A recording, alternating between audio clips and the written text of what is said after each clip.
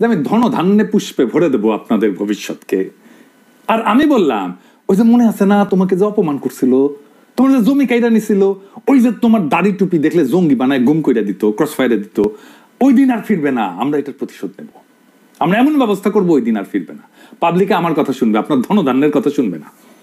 আমরা narrative use করি চিরস্থায়ী বন্দোবস্তের সময় আমাদের পূর্বপুরুষদের জমি হারানোর ইতিহাসে।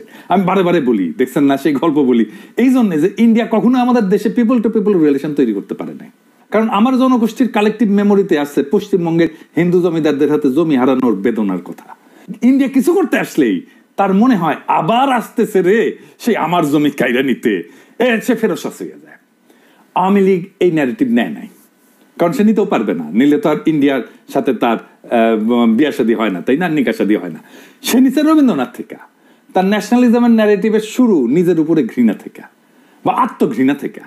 ওই যে গোবিন্দনাথ বলছে না, 7 কোটি বাঙালি রেহে মুগ্ধ জননী, রেখেছো বাঙালি করে মানুষ করনি। তার মানে আমরা মানুষ না। আর সোহরাওয়ার্দীর বডিগার্ড 10ই জানুয়ারি এসে বললো, কবিগুরু আজ তোমার বাণী মিথ্যা প্রমাণিত হয়েছে, বাঙালি আজ মানুষ হয়েছে, বাংলাদেশ স্বাধীন হয়েছে। কে করলো স্বাধীন? মুজিব।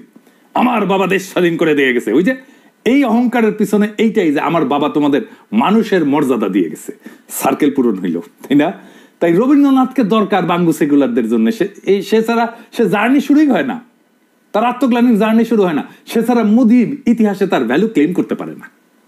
আবার দেখেন 1971-এর বেদনা কেন সেই ন্যারেটিভ তৈরি করতে পারেনি, কালেকটিভ ন্যারেটিভ, বেদনা ন্যারেটিভ তৈরি করতে পারেনি আওয়ামী লীগের জন্য। কারণ 1971-এর বেদনা ছিল বাংলাদেশের হিন্দু সম্প্রদায় আর আওয়ামী লীগ করার লোকদের জন্য। তাদেরকে দেশ ছাড়তে হয়েছিল, হিন্দুদের বাড়িঘর দখল হয়েছিল, পুড়ায় দেওয়া হয়েছিল।